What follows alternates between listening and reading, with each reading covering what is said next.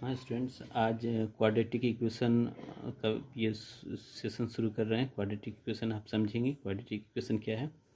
देखिए, आप लोग पोलिनोमियल को अच्छे से समझे होंगे, क्योंकि पोलिनोमियल जो होता है एक फॉर्म होता है P X equal to A zero plus A one x plus A two x square plus dot A N X पे पावर एन।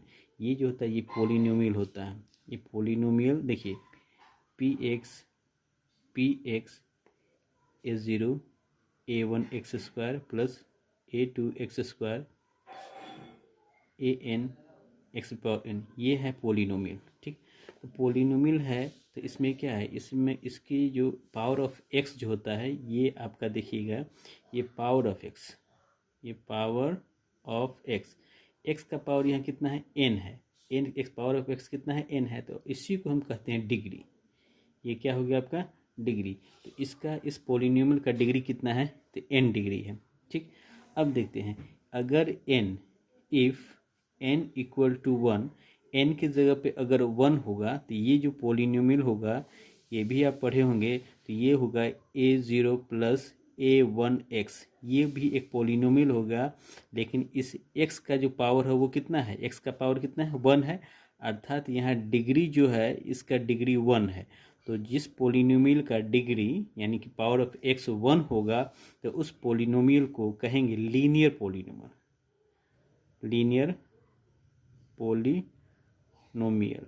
ठीक है, अगर अगर ये हो गया ए प्लस बी एक्स भी लिख सकते हैं, ये भी पोलिनोमियल होगा। इसको अगर इक्वल टू ज़ीरो लिखते हैं तो ये पोलिनोमियल ये होता है मेरा लीनियर इक्वेशन।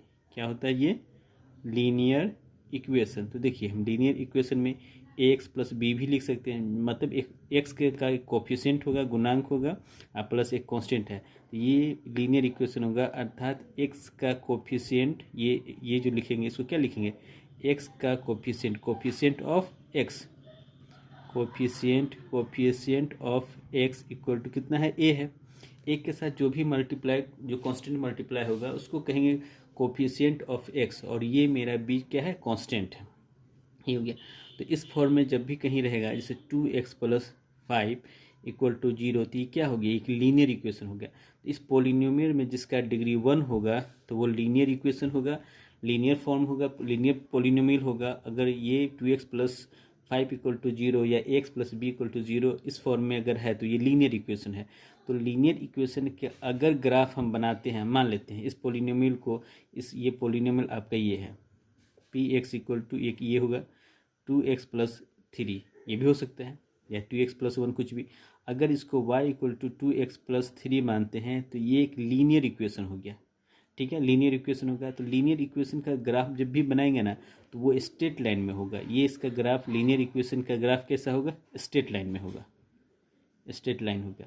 अब देखिए, अगर ये n हो गया, क्या n वन हो गया, लेकिन अगर n टू होगा, n आपका n टू है, n क्या है, पावर ऑफ x, मतलब डिग्री कितना, टू, डिग्री टू है। उस पोलिनोमियल का अगर डिग्री दो होगा, टू होगा, तो ये हम लिखेंगे, ये पी एक्स इक्वल टू हो जाएगा a zero plus A one x plus A two x square. तो इस पोलिनोमियल को कहेंगे quadratic polynomial, quadratic polynomial, quadratic polynomial. ये क्वाड्रेटिक पोलिनोमियल हो गया। ये ऐसा भी इस फॉर्म में होता है, a x square plus b x plus c, ये क्वाड्रेटिक पोलिनोमियल हो गया। अगर इसको हम जीरो करते हैं, ये क्वाड्रेटिक इक्वेशन हो गया, ये हो जाएगा आपका क्वाड्रेटिक इक्वेशन। ठीक,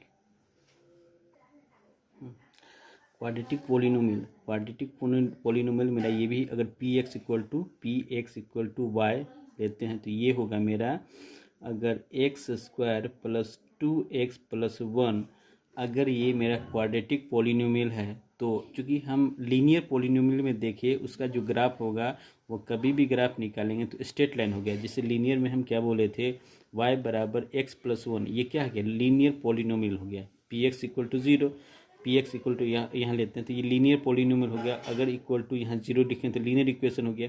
इस लीनियर पोलिनोमियल का ग्राफ देखते हैं, y equal to x plus one है, अगर x ज़ीरो है तो y कितना होगा, x ज़ीरो तो y वन, अगर x 1 होगा तो y कितना, तो y हो जाएगा 1 + 1, तो y हो गया 2। अगर इसका ग्राफ बनाते हैं तो देखिए x 0 और y 1, तो ये पॉइंट हो जाएगा x 0 y 1 और x 1 और y 2, ये पॉइंट हो जाएगा x 1 और y 2। इसको मिलाते हैं तो ये ग्राफ मेरा एक स्ट्रेट लाइन का ग्राफ बनता है, स्ट्रेट लाइन का ग्राफ। अर्थात किसी भी लीनियर पोलिनोमियल का, लीनियर इक्वेशन का अगर हम ग्राफ बनाएंगे तो वो हमेशा स्ट्रेट लाइन हो गया। ठीक है, ये तो समझ में आ गई।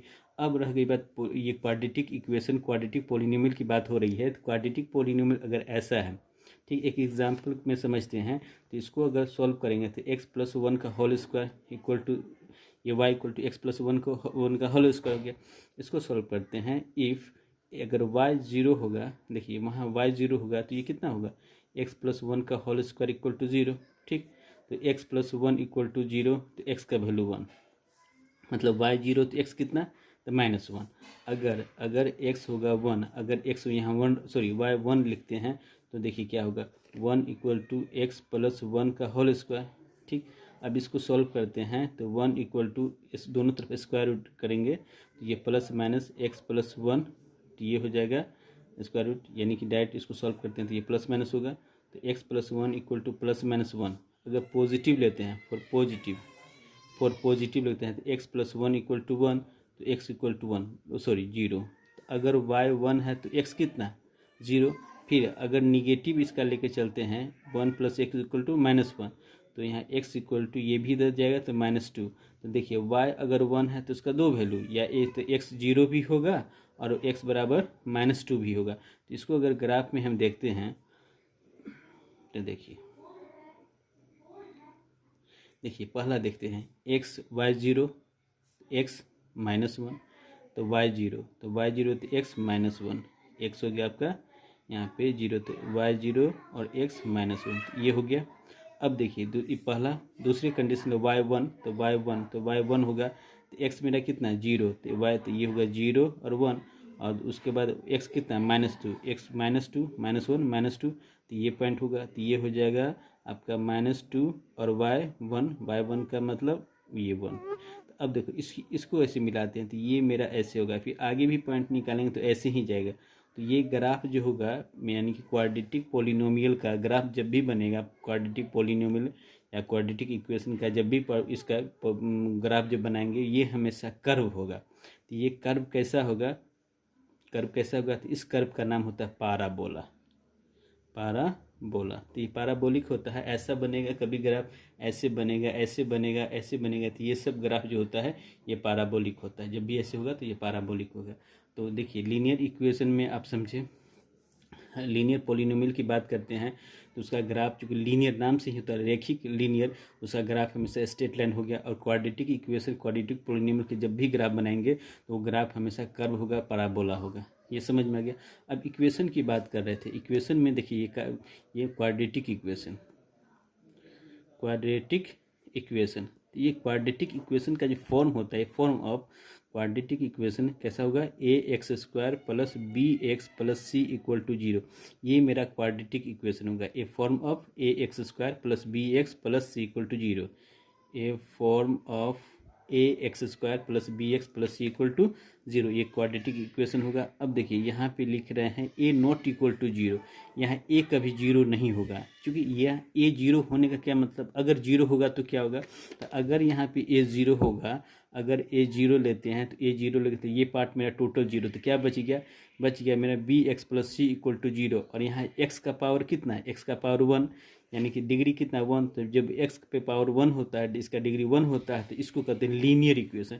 ये आपका बन जाएगा लीनियर इक्वेशन। लेकिन हमको क्या भी पढ़ना है, क्वाड्रेटिक इक्वेशन, इसलिए a कभी इसका 0 नहीं होगा। a जैसे ही 0 होता है तो ये मेरा लीनियर इक्वेशन होता है। आप तो समझ में आ गया। तो a नॉट इक्वल टू 0 का मतलब होगा ये क्वाड्रेटिक इक्वेशन होगा। तो क्या होगा, ax² + bx + c equal to 0, ये हो गया आपका क्वाड्रेटिक इक्वेशन। समझ में आ गया। अब देखिए यहाँ पे ए बी और सी की बात करते हैं, ये हमेशा कांस्टेंट होगा, और ये रियल नंबर होगा। ये रियल नंबर, क्योंकि आगे अगर 11-12 में पढ़ते तो ये कॉम्प्लेक्स नंबर भी होता है, लेकिन अभी रियल नंबर से ही समझते हैं।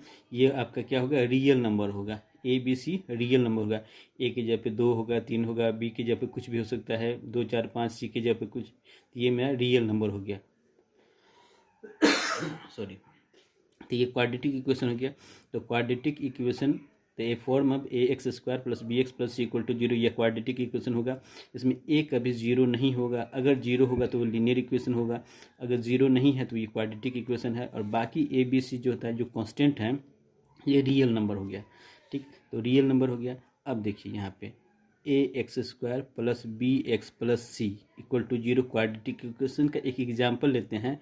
2x square plus 3x plus 5 equal to zero, ये क्या है? ये भी क्या है? मेरा एक क्वाड्रेटिक इक्वेशन है। क्योंकि जब भी क्वाड्रेटिक इक्वेशन होगा तो देखेंगे कैसा होगा। सबसे पहले 2 होगा, उससे ठीक एक नीचे 1 होगा, और यहाँ भी x पे पावर 0 होगा। अगर इसको हम इस फॉर्म में ऐसे भी लिख सकते हैं, a x square plus b x पे power 1 plus c into x पे पावर 0 इक्वल टू 1। चूँकि एक्स पे पावर 0 का मतलब क्या होता है? एक्स पे पावर 0 का 1 होता है, तो 1 के साथ सी मल्टीप्लाई किए तो 1 ही, इसलिए लिखे। तो ये देखिए 2 होगा, वो एक नेचुरल नंबर के फॉर्म, सॉरी एक इंटीजर की फॉर्म होगा, वो इंटीजर की पॉजिटिव में पॉजिटिव होगा, जैसे 2 1 0 ऐसा होगा। तो इस तरह से जो फॉर्म में होगा, ना यहाँ रेशनल होगा ना इरेशनल, कुछ भी नहीं होगा। अगर यहाँ 1/2 होगा या पावर 3/5 कुछ भी होगा तो ये मेरा क्वाड्रेटिक इक्वेशन नहीं होगा। यहाँ 2 होगा, 1 होगा, 0 होगा, इस तरह के फॉर्म में होगा तो ये मेरा क्वाड्रेटिक इक्वेशन होगा। अब देखिए यहाँ पे क्वाड्रेटिक इक्वेशन, ये भी एक क्वाड्रेटिक इक्वेशन, यहाँ पे 2 है, यहाँ पे इसका पावर डिग्री 1 है यहाँ, तो ये हो गया मेरा क्वाड्रेटिक, ये कांस्टेंट होगा। तो ये क्वाड्रेटिक इक्वेशन का एक एग्जाम्पल है। अब देख रहे हैं, देखिए क्वाड्रेटिक इक्वेशन क्या लिखे, a x square plus b x plus c equal to zero, ये क्वाड्रेटिक इक्वेशन है। ये क्या है? Quadratic equation. ये क्वाड्रेटिक इक्वेशन हो गया। ये क्वाड्रेटिक इक्वेशन में अब देखते हैं एक्स के साथ क्या मल्टीप्लाई है, ए स्क्वायर, तो इसको कहेंगे कोफिशिएंट ऑफ एक्स स्क्वायर, मतलब एक्स का गुणांक, एक्स के साथ कितना कांस्टेंट टर्म जो है नंबर, रियल नंबर मल्टीप्लाई है, उसी को कहेंगे कोफिशिएंट ऑफ एक्स स्क्वायर। तो कोफिशिएंट ऑफ एक्स स्क्वायर कितना है यहाँ? ए, तो ये हो गया ए। पूछिएगा इस इक्वेशन का कोफिशिएंट ऑफ एक्स स्क्वायर कितना? तो ए। अगर ये होता है कोफिशिएंट ऑफ x1 या x, coefficient of x direct लिखेंगे कोफिशिएंट ऑफ, तो x का गुणांक कितना है? b है, तो ये b हो गया। x का कोफिशिएंट कितना है? b। और ये हो गया c, जो होता है वो कांस्टेंट टर्म हो गया, ये कांस्टेंट टर्म हो गया। तो कांस्टेंट टर्म आपका कितना है? यहाँ पे c है। या ऐसे भी लिख सकते हैं कोएफिशिएंट, अगर मान लेते पूछता है कोफिशिएंट ऑफ x पे पावर 0, तो क्या? तो कोफिशिएंट ऑफ x पे पावर 0 तो है नहीं, तो यहाँ पे हम लिख सकते हैं c इंटू एक्स पे पावर 0। चूँकि x पे पावर 0 का मतलब क्या? 1, तो यहाँ x पे पावर 0 तो हो सकता है ना, इसका कोफिशिएंट कितना है? c है। या कांस्टेंट टर्म लिखे जाए कोफिशिएंट ऑफ x पे पावर 0, तो ये हो जाएगा आपका c। अब देखिए एग्जाम्पल में, अगर ये है 2x पे पावर 2 प्लस 6x माइनस 9 इक्वल टू 0, या माइनस ही कर, तो अब पूछेगा coefficient of X square, X square को कोफिशिएंट कितना है? बोलिए कितना है? -2। गुड, ये हो गया -2। अब देखिए कोफिशिएंट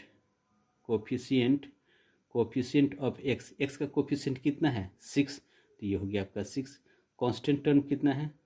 कांस्टेंट टर्म जो आपका कितना है? तो ये हो गया -9। तो इस तरह से आप समझ रहे हैं, ये इस तरह का कोफिशिएंट अगर पूछे तो हम बताएंगे। अब देखिए कुछ एग्जाम्पल देखते हैं क्वाड्रेटिक इक्वेशन। इस एग्जाम्पल में अगर ये कहा जाए √2x² plus 6x plus 5√2 equal to 0, ये मेरा क्वाड्रेटिक इक्वेशन है कि नहीं? तो बताइए। हाँ, क्वाड्रेटिक इक्वेशन है, क्योंकि इसका देखिए x पे पावर कितना है? 2 है, ठीक है। ये कितना है? x पे पावर 1 है, तो ये मेरा क्वाड्रेटिक इक्वेशन होगा। क्योंकि किस फॉर्म में है? तो a(x² plus bx plus c के फॉर्म में है, तो ये मेरा क्वाड्रेटिक इक्वेशन होगा। अब पूछिएगा x² को कोफिशिएंट कितना है? तो √2 है। x का कोफिशिएंट कितना है? तो 6 है। कांस्टेंट टर्म कितना है? तो 5√2 है। ठीक, दूसरा एग्जाम्पल देखते हैं। अगर ये पूछा जाए x² plus √2 into √x plus 6 equal to 0, ये क्वाड्रेटिक इक्वेशन है कि नहीं? तो बिल्कुल नहीं है। क्यों? तो देखिए यहाँ ए एक्स स्क्वायर है, एक्स पे पावर 2 है, और यहाँ देखिए यहाँ जो एक्स का है ना, यहाँ एक्स पे पावर कितना होना चाहिए, 1 होना चाहिए, लेकिन यहाँ कितना है, रूट का मतलब एक्स पे पावर 1/2, तो ये रेशनल में हो गया, तो ये क्वाड्रेटिक इक्वेशन नहीं है। तो इस चीज़ को ध्यान